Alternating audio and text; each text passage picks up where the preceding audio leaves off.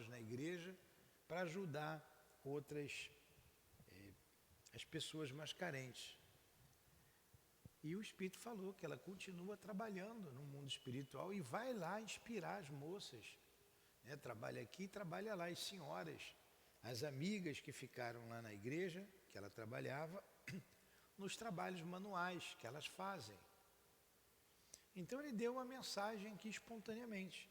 Então é permitido sim dizer como é que vai o Espírito. Eu posso invocar e conversar com o Espírito? Pode, né? Desde que não seja por curiosidade. Então assim a gente vai se comunicando com os Espíritos. Ó. Eles vêm de boa vontade quando o pedido é deditado pela simpatia ou o desejo de ser útil e não pela curiosidade.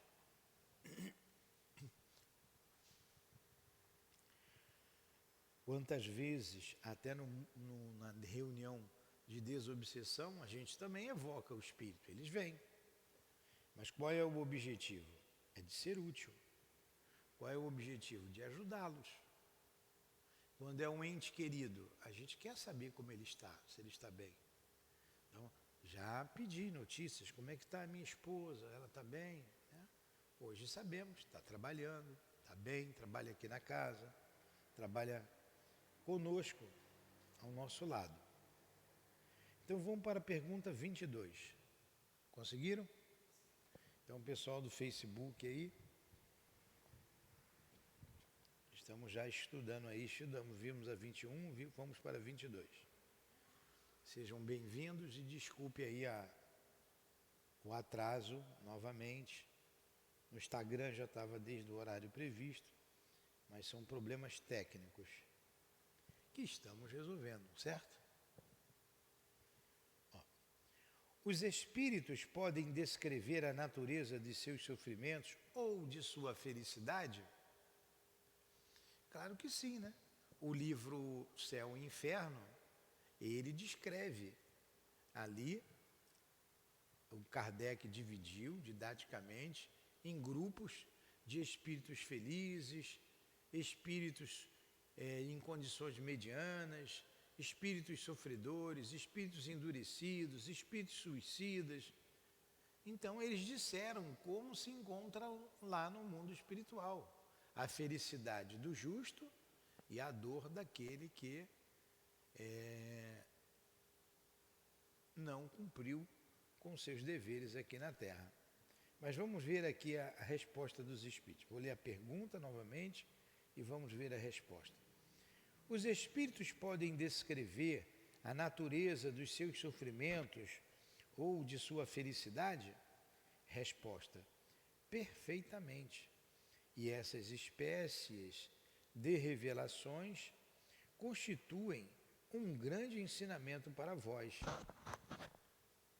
pois elas vos indicam a verdadeira natureza das penas e recompensas futuras, destruindo as falsas ideias que fazeis a esse respeito. Elas tendem a reanimar a fé e vossa confiança na bondade de Deus. Os bons espíritos ficam felizes de vos descrever a felicidade dos eleitos. Os maus podem ser constrangidos a descrever seus sofrimentos, a fim de neles provocar o arrependimento. Nisso encontram mesmo, algumas vezes, uma espécie de alívio. É o infeliz que exala o seu lamento, na esperança de obter compaixão. Então, vocês têm um ente querido que desencarnou? Né? Ele pode dizer como ele está lá no mundo espiritual? Pode, se ele está feliz, se ele não está. Os espíritos bondosos, os felizes, ficam felizes por darem notícia de lá, porque é instrução para a gente, né? E alivia a dor daqueles que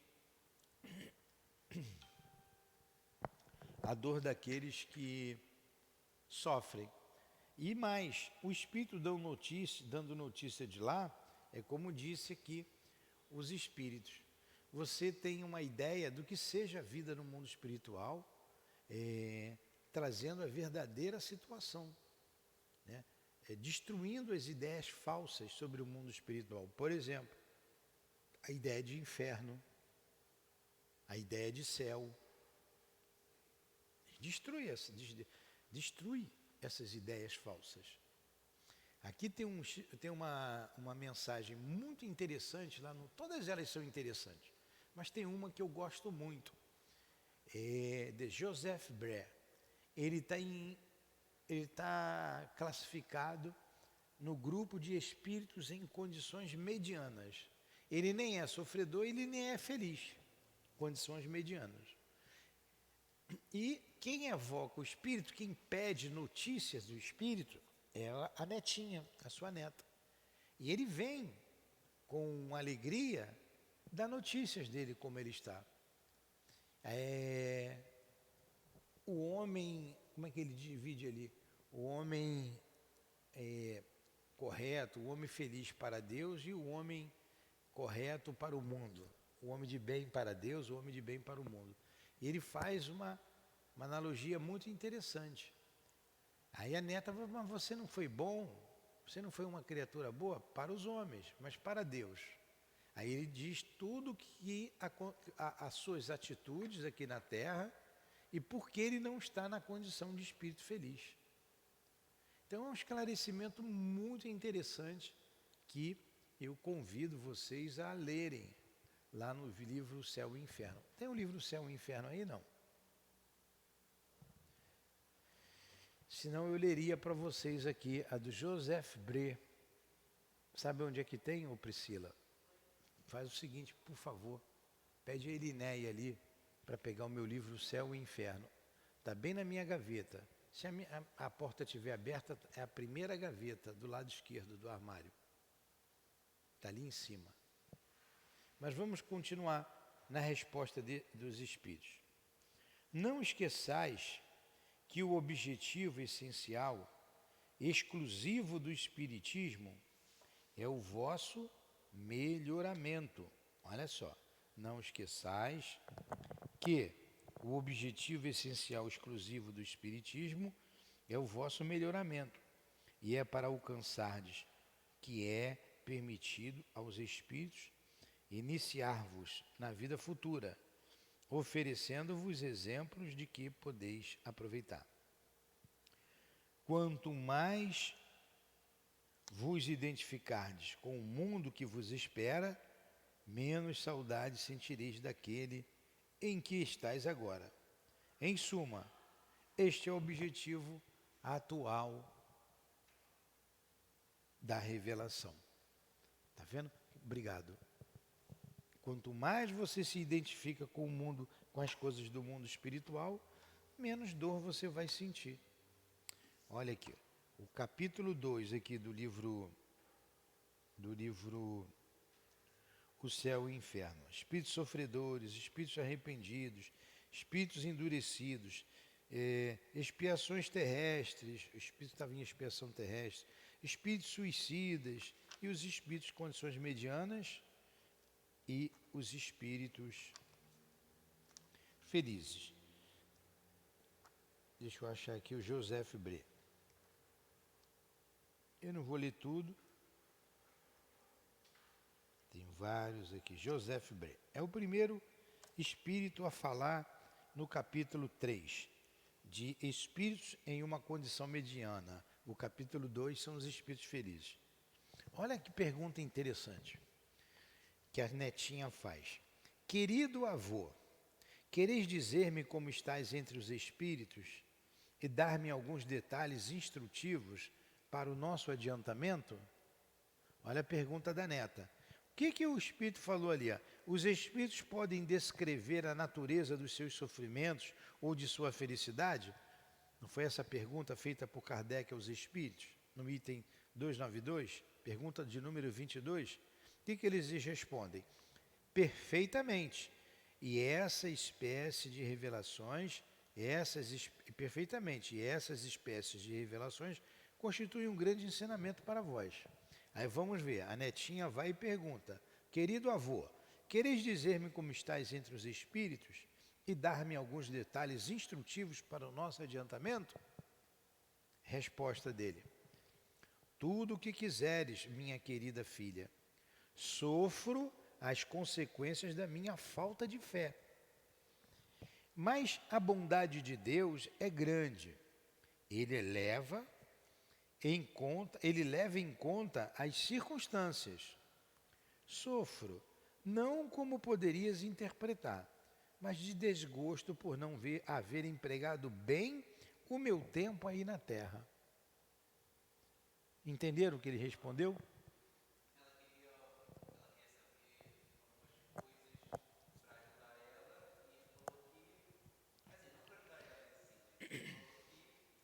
Ela pediu: querido avô, queres dizer-me como estás no mundo dos espíritos e dar-me alguns detalhes instrutivos para o nosso adiantamento? É isso. É, tu, tudo o que quiseres. Mas olha, eu sofro por não ter cumprido, pelo desgosto de não ter empregado bem o meu tempo na terra. A neta se espanta com isso. Ela pergunta: como não empregaste bem o seu tempo na terra? Sempre viveste como um homem honesto.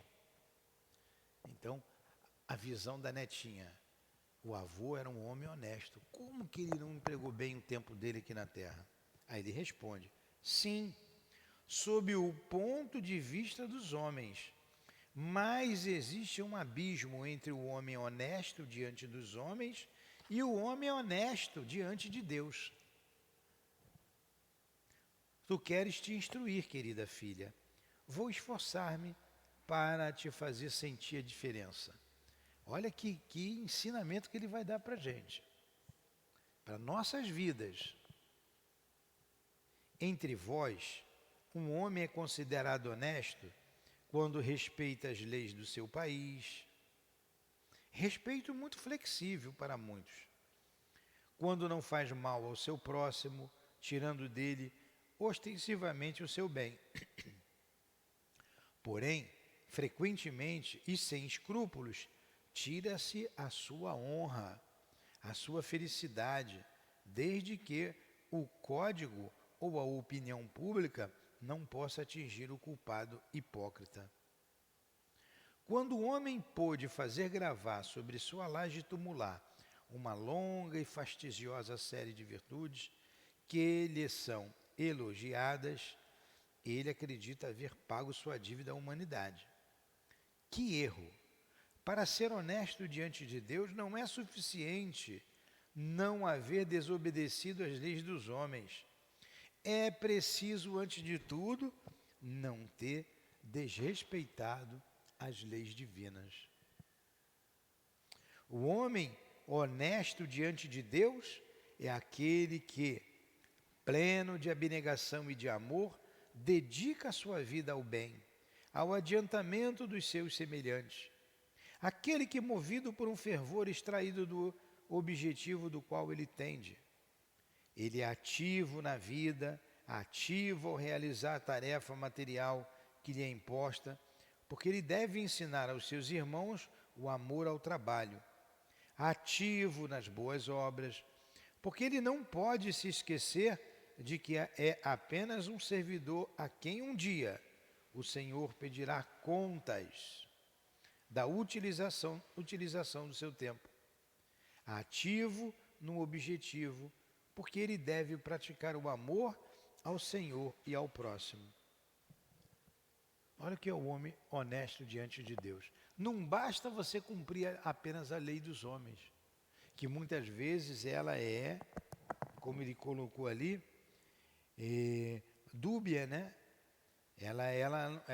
Quantas leis você tem aí que é legal? Se a lei é legal, mas ela é imoral. É legal, mas não é moral.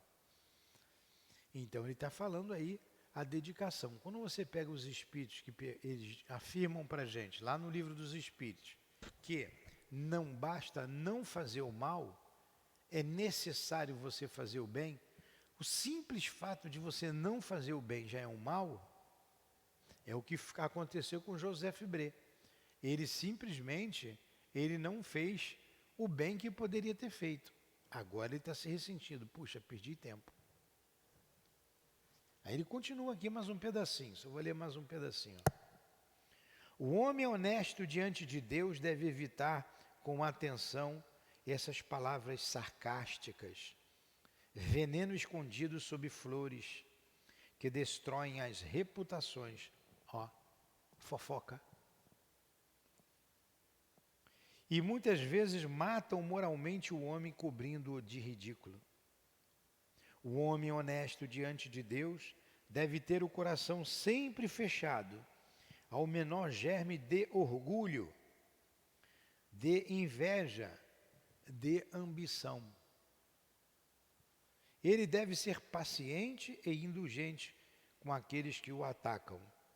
Deve perdoar do fundo do seu coração, sem esforços e, sobretudo, sem ostentação, a quem quer que o tenha ofendido. Ele deve amar seu Criador em todas as suas criaturas. Deve, enfim, pôr em prática esse resumo tão conciso e tão grande dos deveres do homem: amar a Deus acima de todas as coisas e ao seu próximo como a si mesmo.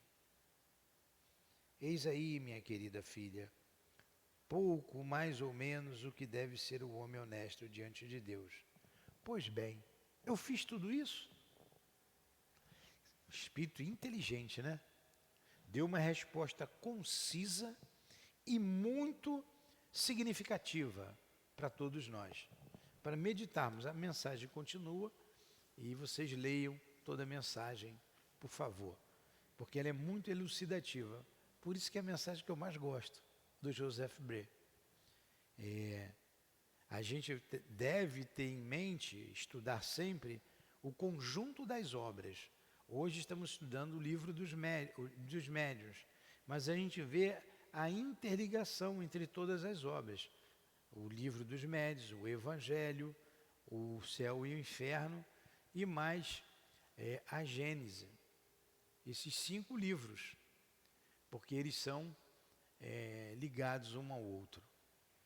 Aí está a mensagem de Joseph Bré, o homem honesto. Eu queria lembrar da palavra, diante dos homens, e o homem honesto diante de Deus.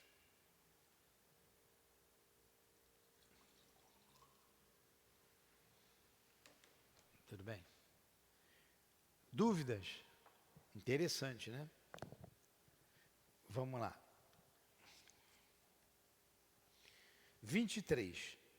Evocando-se uma pessoa cujo destino é desconhecido, poder-se-á saber dela mesma se ainda existe? Olha que às vezes acontece isso aqui.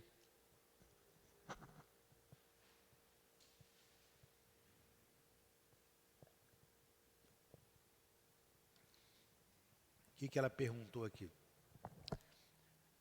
Às vezes a pessoa chega aqui, o parente sumiu, não sabe do parente, o filho, o marido, sumiu, desapareceu. Onde ele está? Ele está morto? Ele está vivo? Ele desapareceu? Essa é a pergunta que Kardec está fazendo aos espíritos. Eu vou fazer a pergunta de novo. Evocando-se uma pessoa cujo destino é desconhecido, poder-se-á saber dela mesma se ainda existe? Então o desaparecido pode vir aqui e dizer: não, eu não morri, estou vivo, estou aqui, num momento de desprendimento, se ele estiver dormindo. Ou, se ele morreu, eu morri sim, mas eu estou bem ou eu estou mal. Ou um outro espírito chegar e dizer: o fulano de tal está bem, o fulano de tal está morto, ou o fulano de tal está vivo, ou o fulano de tal não está bem. Isso pode acontecer? Essa é a pergunta.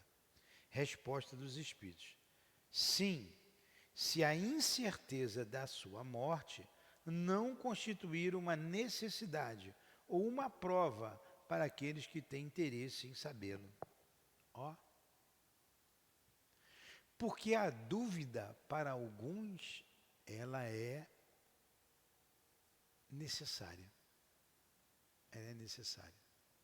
A pessoa faz parte da prova dela. Ela não pode saber. Quanto tempo Ulisses Guimarães ficou desaparecido?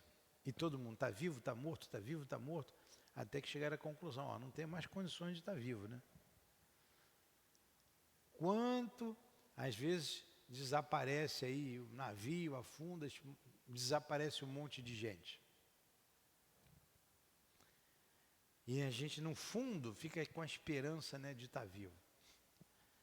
Quantos desaparecem, nós não sabemos. Tem uma história muito interessante. Então, aqui tudo a gente tem por base a reencarnação. A gente tem por base a reencarnação. Sem reencarnação não tem como compreender a doutrina espírita, não tem como compreender a justiça de Deus.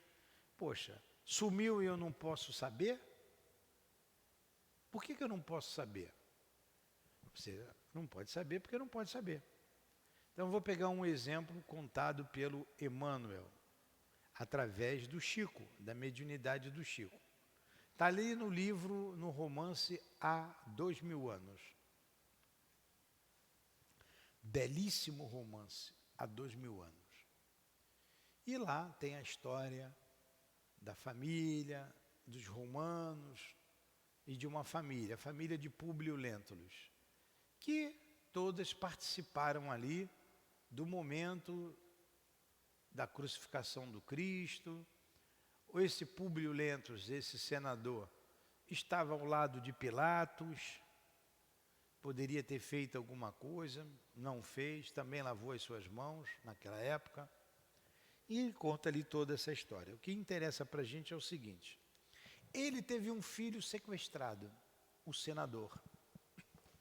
E por que ele teve um filho sequestrado? Porque quando ele chegou lá na Galileia, estava chegando lá naquela região, um garoto jogou uma pedra no veículo dele, a pedra bateu na carruagem e a mulher dele se assustou muito, a mulher e a filha que estavam com ele na carruagem. Como ele estava indo para lá, cheio de soldado, né, tomando conta, ele era um senador. Os soldados rapidamente pegaram o garoto que jogou a pedra. E o que o senador fez com a sua autoridade? Mandou ele para as galés. Foi para as galés. O que eram as galés? As galés era aquele setor do navio, dos navios, em que eles, homens, iam remando. O navio tinha vela e tinha remo. Vocês já não viram aquele monte de homem remando? Ali são as galés. Não ouviram falar em galeão? Tem o aeroporto do Galeão. O Galeão era aquele navio. E quem ia para o Galeão trabalhar lá nas galés eram os escravizados, os escravos, ou os condenados. E quem ia para as galés era pena de morte. Só saía de lá morto, trabalhava até morrer. Toda hora tinha um condenado, toda hora se substituía. Morreu, jogava no mar. E esse garoto foi para as galés. O pai dele foi lá e pediu ao senador, pediu lá uma audiência, conseguiu chegar até o senador, pediu desculpas pelo filho, falou que o filho era muito novo e que ele não fez aquilo por maldade, que ele libertasse o filho. Ele implorou que ele seria eternamente grato. O senador, de coração duro, para mostrar autoridade, não. O que está dito, está dito. Retire isso daqui. O pai foi embora, não podia fazer nada. O pai foi embora chateado. E prometeu vingança. Vou me vingar. E Lívia, esposa desse senador, engravidou, teve um filho. Já tinha menina. Não vou entrar nos detalhes, o porquê da viagem, o porquê que foi para lá, o problema da menina, tem uma série de coisas aí. Sei que a mulher engravidou e precisou de uma babá, botou lá uma babá para tomar conta, precisava de serviçais, né, na casa de um senador, muito grande. O que esse pai fez? Sempre secundando, rondando, melhor dizer, a casa do senador, de longe, de olho, esperando uma oportunidade para se vingar, infiltrou ali uma mulher para servir. A mulher se fez de amiga, né, pediu um emprego, foi lá, trabalhou. E numa oportunidade, ela pegou o bebê dele e sequestrou.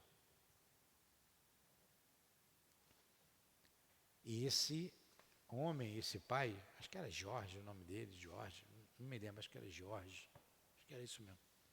Levou o bebê e criou o bebê como filho.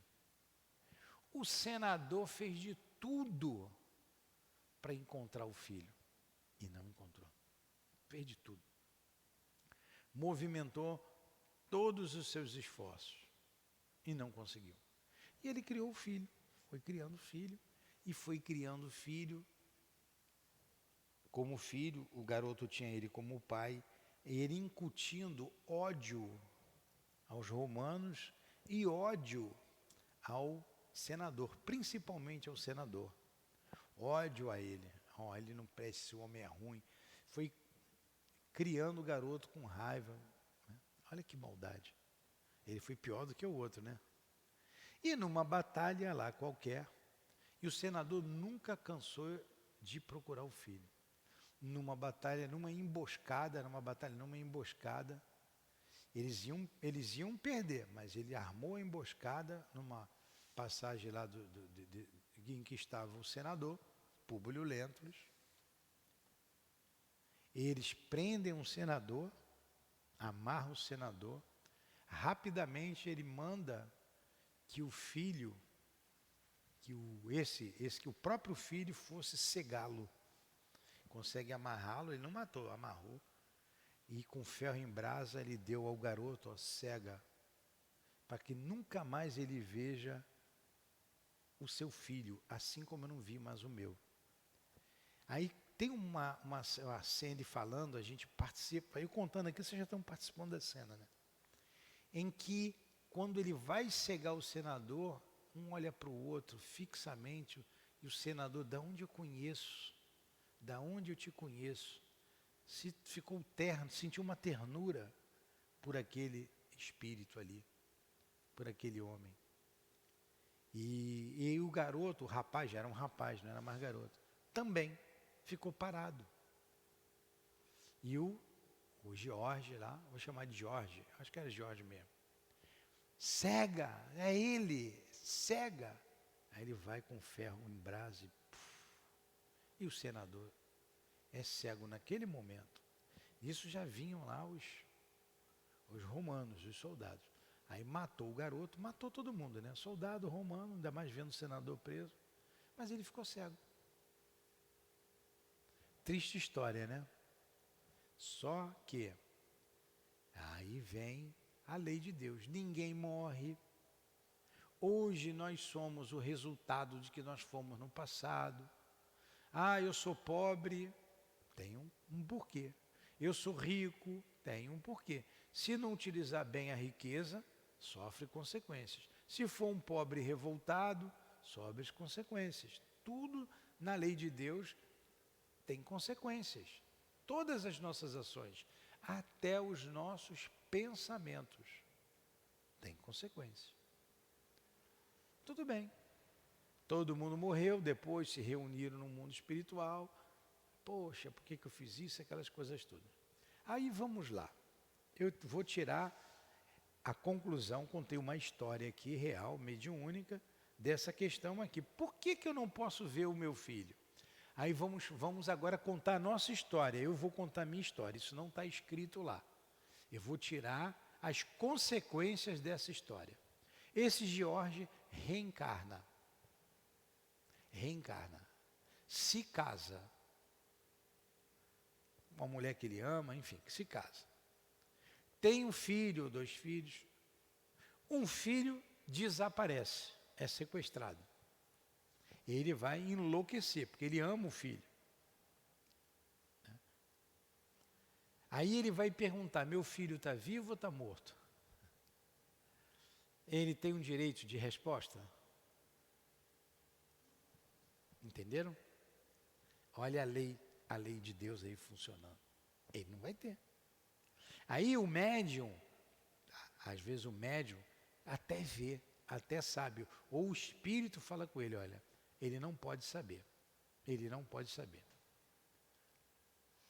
Ou nem deixa o médium perceber nada, ó, diz para ele que não tem resposta. Nós não sabemos, para ele aguardar. Ele vai passar a vida inteira buscando o filho. O mesmo que ele fez lá atrás com o filho do outro. Ah, Deus castigou? Não. Como que acontece no mundo espiritual? Eu vou retornar à carne. Putz, eu fiz isso, meu Deus, que barbaridade que eu fiz. Olha, só tem uma maneira de eu limpar a minha consciência. Sou eu passar pelo mesmo problema, pelo mesmo sacrifício. Reencarna. Eu pedi para fazer isso, passar por isso. Aí você tem um filho sequestrado, você tem um filho morto, ou um parente qualquer, pode ser um pai, uma mãe, uma esposa, um esposo, e você não tem, na verdade, resposta para isso.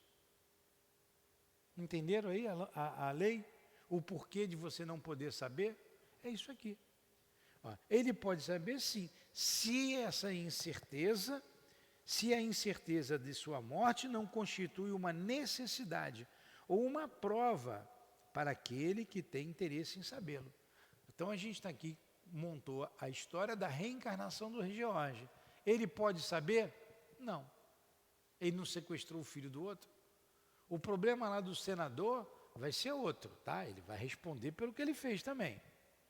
Mas esse aqui está respondendo pelo que ele fez. Não se justifica se vingar. A vingança é um ato de barbárie. É um ato de barbárie. Entenderam então? Aí em cima dessa resposta, o Kardec faz outra pergunta. Se ela, essa pessoa, né, estiver morta, poderá fazer conhecidas as circunstâncias de sua morte, de maneira que se possa verificar? Resposta. Se a isso der alguma importância, ela o fará. Do contrário, pouco se incomodará com o fato. Então, pode fazer, né? Pode fazer, pode não fazer, enfim, aí vai do espírito. Hã? Não consegue. Vocês pensam assim, pensa na sua mãe desapareceu. Uma pessoa que vocês amam, desapareceu. Pedrinho desapareceu. Vai ficar louca, não vai? Vai ficar doida. Mas você não desapareceu com o filho do outro lá atrás? Tá, não vou dizer que está pagando. A gente está se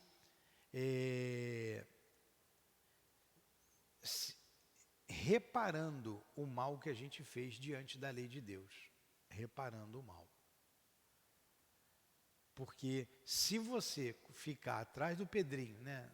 A gente não quer isso. Estou pegando aqui para você entender bem. Revoltada, você não passou. Onde é que está Deus? Deus não existe. Eu vou lá naquele centro, lá falam de Deus e ninguém me diz nada. Cadê ele? Você vai sentir saudade, vai chorar e tal. Mas o que você pode fazer? Daqui a pouco a gente desencarna, a gente vai estar junto, a gente entende tudo. Entenderam? Então, olha quanta dor. Imagine a dor que o Públio Lentulus não sentiu por causa do sequestro e ele vai sentir a mesma dor que ele fez o outro sentir. Ah, ele tem que vir com o outro? Vou abrir um pouquinho. Eu torci o pescoço da Priscila. Aí a mãe da Priscila quer me pegar. A Priscila morre e quer se vingar. Ah, é? Vira minha obsessora. Não, ele me torceu o pescoço, eu vou pegar ele, vou pegar. Mas se a Priscila me perdoar e foi embora, entender, pô, ele torceu o meu pescoço, mas eu também torci o pescoço de um monte de gente. Deixa esse brabo para lá, vou embora. Ela vai viver a vida dela. O meu problema não é com a Priscila, o meu problema é com a lei de Deus.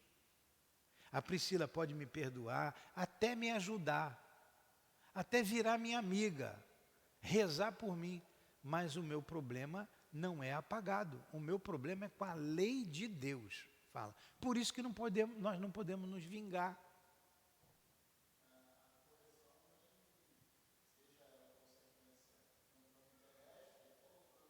Sim, sim. Se a lei humana não admite você fazer justiça com as próprias mãos, se você pegar alguém e fazer a justiça com as próprias mãos, você vai preso. Você não pode. Por quê? Tem lei, tem a justiça. Você foi injustiçado? Procura a justiça, chama a polícia e pronto. Não, eu vou fazer justiça com as próprias mãos. Se a lei humana te condena a fazer isso, porque isso é uma vingança, imagine a lei de Deus, que é perfeita. Então ela não admite você pagar o mal com o mal, porque você está pagando o mal com o mal. Ah, fez, eu vou fazer. Não. Quem resolve isso é a lei de Deus. E pode ter certeza absoluta que a lei de Deus será cumprida. Será cumprida. Tem que entregar a lei. A gente fala nas mãos de Deus, mas Deus não tem mão, né? Deus, o Criador, Ele sabe tudo. Tudo. E nós passamos por dificuldades sempre para o nosso crescimento, para o nosso progresso. Estamos aqui para progredir. Perguntas? Mais alguma pergunta? Tem um comentário aqui de Kardec, eu vou ler o comentário. Nota: a experiência prova que, neste caso, os espíritos de forma alguma encontram-se interessados nos motivos que possam ter de conhecer as circunstâncias de sua morte. Se tiver que revelá-los, ele o fará por si mesmo, quer por via mediúnica, quer por meio de visões ou aparições, e pode então dar indicações mais precisas. Caso contrário, um espírito mistificador pode perfeitamente despistar e divertir-se, induzindo a fazer pesquisas inúteis. O que ele disse aqui nesse parágrafo aqui? Que as circunstâncias de que o espírito morreu, esse que desapareceu, não quer falar, ele não fala. Se você insistir, pode aparecer um espírito mistificador e te enganar. Porque ele não quer falar, ele não quer lembrar. Se ele quiser, espontaneamente ele vai fazer. Vou dar mais um exemplo. O meu pai foi assassinado. Covardemente. Uma covardia. Não vou contar aqui as circunstâncias. Eu não quero contar, mas ele foi assassinado brutalmente, covardemente. A partir daí, eu busquei a doutrina espírita. Já se vão aí muitos anos, né? Por quê? Como católico que eu era, eu não compreendia. E estava lá no Leon Denis, estudando, eu fiz essa pergunta, eu queria saber. Passado um tempo, eu perguntei a um dos guias da casa, através do Altivo, né, o nosso presidente espiritual, falei: Altivo, queria que o doutor Herman, se o doutor Herman pudesse dar notícias do meu pai, eu queria saber quais as circunstâncias da morte dele, o que está aqui. Se ele podia me dizer o que aconteceu para a minha instrução, porque eu dou aula do Livro dos Espíritos, e eu queria compreender isso melhor. Olha como o Espírito me respondeu. Ele não gosta de falar sobre essas coisas. Ele não gosta de lembrar disso. O Espírito não quer lembrar, ele não gosta. Mas, como é para a sua instrução, ele vai dizer alguma coisa. E ele relatou lá, né, da morte dele, mas não entrou nas minúcias, nos detalhes. Ele não falou quem foi, o espírito não vai ser caguete, né? Quem foi, como, por que foi, isso ele não disse. Por que isso aconteceu com ele? Quem foi que fez isso a ele? Como que ele ali no momento da agonia, o que se passou com ele? Isso ele não falou. Ele falou outras coisas, né? Ele falou que ficou atordoado durante alguns dias, muito atordoado, não sabia o que tinha acontecido, viu os seus assassinos ao lado do corpo dele, os assassinos foram lá verificar, e foi contou lá o que ele pôde contar. Até porque o espírito não gosta de falar disso, ele não quer falar. É uma coisa que o machuca, é um momento que foi muito difícil para ele. Ele não quis ver. Entenderam? Espírito nada mais é do que gente como a gente. Não tem, só a única diferença é que não tem um corpo físico. Assim, denso, ele tem um corpo físico, mas não igual a esse. É um corpo sutil. É assim, vocês estão chegando aí pela primeira vez. Vocês estão vendo água aqui no ambiente? O ar-condicionado está ligado, está caindo água direto ali. Ele está renovando o ar, ele tira a umidade do ar, a água cai lá. Ele está aqui. Está todo mundo respirando? Vocês estão vendo aqui o oxigênio que vocês estão respirando? Mas está aqui. Os espíritos têm um corpo físico, mas vocês estão vendo? Eles estão aqui. Somos poucos encarnados, mas somos centenas de desencarnados aqui. Você pega a água, vocês estão vendo a água, você bota num congelador, as moléculas se juntam, viram uma pedra de gelo, vocês estão vendo, vocês pegam. É mais sólido, não é, do que a própria água. Eu posso jogar um balde d'água no seu rosto, você só vai fazer assim, me molhou. Mas se eu pegar aquele balde d'água gelado e pegar a pedra de gelo e jogar, eu posso até te matar, não é? É a mesma água. É a mesma água, só está numa temperatura diferente. Agora, se eu pegar essa água e ferver, ela vira vapor e você não vê. É a mesma água, né, em estado diferente. Aí tem o estado sólido, o líquido e o gasoso. A matéria que envolve o espírito, o corpo do espírito, também é matéria. A origem, o princípio é o mesmo, só que está num outro estado, mais sutil, que esses olhos não veem. A gente não vê. Se você botar um prisma aqui, ó, você vai ver que isso aqui não é branco, tem várias cores, né? Esses olhos não veem. Então a gente não vê o corpo do espírito, mas ele está aqui com o seu corpo, pensando, sentindo, amando, tem saudade. O espírito tem saudade? Claro que tem, daqueles que ele deixou na terra. E muita, talvez mais do que a gente. Eu tenho muita saudade da minha esposa, tenho saudade da minha mãe, do meu pai, mas da minha esposa é demais. Tenho muita saudade dela.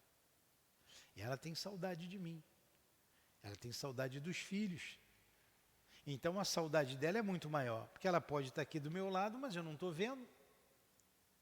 Ela pode me fazer um carinho e eu não sentir, ou sentir uma coisa diferente, mas não identificar que é ela. Então tem saudade e sofre mais por isso. Espírito sente dor, espírito sente ódio, sente raiva, dependendo do espírito. Espírito perdoa, espírito não perdoa, por aí vai. Aí, no mundo espiritual, ele pensa, ele sente, ele analisa, ele, putz, que bobagem que eu fiz. Caramba, quero voltar e quero passar por isso. Entenderam? E eles não querem falar, contar o texto aqui, não querem falar dos detalhes, porque aquilo machuca eles. Machuca o sentimento, o pensamento deles, eles não querem contar, aquilo foi tão triste. Não tem coisa da nossa vida que a gente não quer nem lembrar. Bobagem que a gente fez. Putz, fiz aquela bobagem, não quero nem saber disso, quero apagar isso da minha cabeça. Se eu pudesse passar uma borracha aqui, ó, e nunca mais lembrar, por que eu fiz aquela porcaria ali, não é? Não tem coisa assim, a gente? Pois é. É a mesma coisa, ele não quer falar, ele não quer lembrar. Tem intimidades suas que você não quer falar. É sua, você tem até vergonha. Aí terminando aqui. Acontece frequentemente que o desaparecimento de uma pessoa, cuja morte não pode ser oficialmente constatada, lembra lá da história do Públio Lentulus, traz lembranças, traz embaraços, é o Pedro que está assoviando ali fora, traz embaraços aos negócios de família. Apenas em casos muito raros e muito excepcionais é que vimos os espíritos indicarem o caminho correto, conforme o pedido que lhes foi feito. Se quisessem fazê-lo, sem dúvida o poderiam, porém muitas vezes isto não lhes é permitido. E essas lembranças representam provas para aqueles que estariam interessados em livrar-se deles. É, portanto, iludir-se com uma esperança quimérica, perseguir por este meio recuperações de heranças, cujo único dado positivo é o dinheiro que se gasta nessa empreitada. Tem mais também, muita gente quer saber se o fulano morreu ou não por causa de herança. Onde é que ele escondeu o dinheiro? Como é que alguns bens que ele quer saber, que se o fulano tinha, se não tinha, e até hoje. Vem perguntar mesmo. Pergunta. E o espírito fica danado da vida com isso. Querem outra história? Dá tempo? Que a gente só falta 3 linhas aqui. Tem aqui a história aí desse livro aí do Chico, desses livrinhos do Chico, que vai contando a história lá do Além Túmulo. Então tem uma história ali interessante, que estava um grupo de espíritos conversando no plano espiritual. Imagine uma rodinha de amigos batendo papo aqui na Terra. No mundo espiritual é a mesma coisa, a gente não falou que é tudo igual. Estava lá uma rodinha de espíritos conversando. Aí chegou um espírito e disse assim para um deles: fulano, estão te chamando lá na Terra. Estão te chamando, tá? Pensamento direto. Ele olhou, virou assim, é a minha família. Mas eu não vou atender mesmo, eu não vou lá mesmo. Quando eu estava lá, eles não ligavam para mim, não queriam saber de mim, agora devem estar brigando lá por causa de herança, de dinheiro, isso que eles querem saber. Mas eu não vou mesmo, e continuou a conversar. Olha aí, o espírito tem um livre-arbítrio, ele não quis. E o povo aqui estava preocupado com o dinheiro dele, que ele tinha deixado ou não tinha deixado, aonde estava, onde não estava. Vocês sabem que tem uns países aí, onde as pessoas escondem o dinheiro, os paraísos fiscais, que ninguém sabe? Lá pode. Esses países são riquíssimos. Por quê? Porque desviam dinheiro, principalmente aí os políticos desonestos, desviam muito dinheiro, o sujeito morre e ninguém sabe. Fica lá. Dinamarca, Suíça, onde tem os paraísos fiscais. Então vamos lá, vamos terminar aqui. Não faltam espíritos dispostos a incluir semelhantes esperanças e que nenhum escrúpulo tem em induzir a procedimentos com os quais muitas vezes fica-se muito feliz de estar quite com apenas um pouco de ridículo. Quer dizer, se insistir muito, vai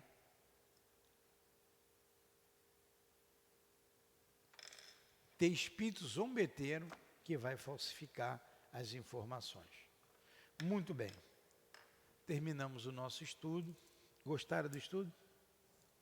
Então vamos terminar e eu vou lá para trás para dar aula para as mães lá.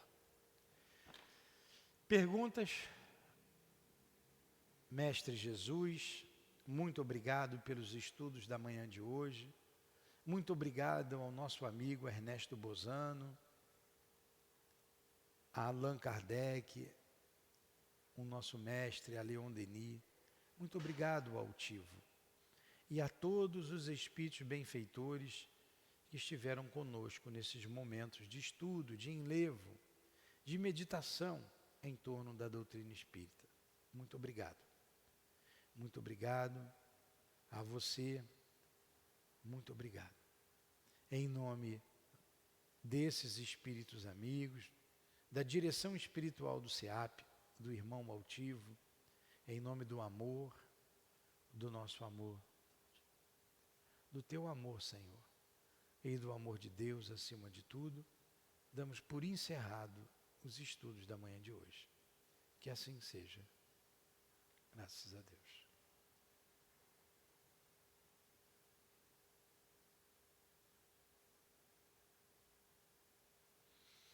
SEAP, Centro Espírita Altivo Panfiro.